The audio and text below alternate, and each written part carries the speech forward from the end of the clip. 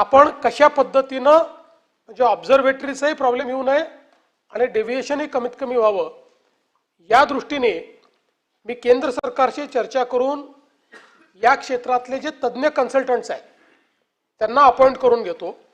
त्यांना एक 3-4 महिन्याचा वेळ देऊ आणि त्यांना सांगू की तुम्ही एकदा ऑब्झर्वेटरीचा बफर झोन, त्याचे काय प्रॉब्लेम्स आहेत, या सगळ्या गोष्टीचा विचार करून जो नियरेस्ट मार्ग आहे डेव्हिएट न करता आणि विशेषतः जी महत्त्वाची गावं आहेत ही गावं कशी कव्हर करता येतील अशा पद्धतीनं तुम्ही त्याच्या संदर्भात एक त्याची आखणी जी आहे ती आम्हाला करून द्या. आणि मला वाटतं ती आखणी आल्यानंतरच आपण ते करू. एक गोष्ट आपण लक्षात घेतली पाहिजे की राज्य सरकारची भूमिका काही तुमच्या कोणापेक्षा वेगळी नाही आहे. उलट त्या भूमिकेवर मी 2 बैठका घेऊन आलो आहे. पण ज्यावेळेस ही भूमिका त्यांनी स्पष्टपणे मांडली की 32 देशाची ऑब्झर्वेटरी असल्यामुळे आम्हाला त्याचे नियम पाळावेच लागतील, तर त्याच्यावर आता उत्तर आपल्याकडे नाही आहे. आणि म्हणून यातनं काही ना काही टेक्निकल उत्तर एखाद्या एक्सपर्टने दिल्याशिवाय हे पुढे जाऊ शकणार नाही.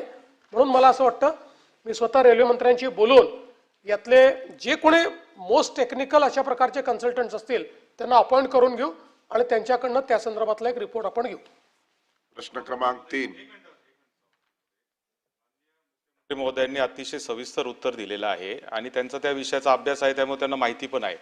विनंती एकच आहे की सभागृहाच्या माध्यमातून आपण जे आता सांगितलं ही जर एक बैठक घेऊन जर आपण लोकांना आपल्या उपस्थितीत सांगितलं तर लोकांमध्ये एक विश्वास निर्माण होईल. कारण आज जे आहे ते असंतोषाचं वातावरण तयार झालेलं आहे.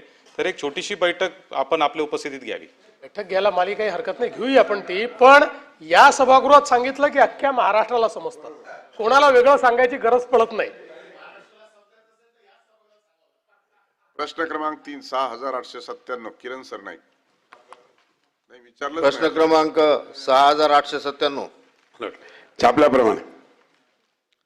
सन्मान्य सभापती महोदय, हा अतिशय गंभीर प्रश्न आहे विजाबजा आश्रमशाळेतला.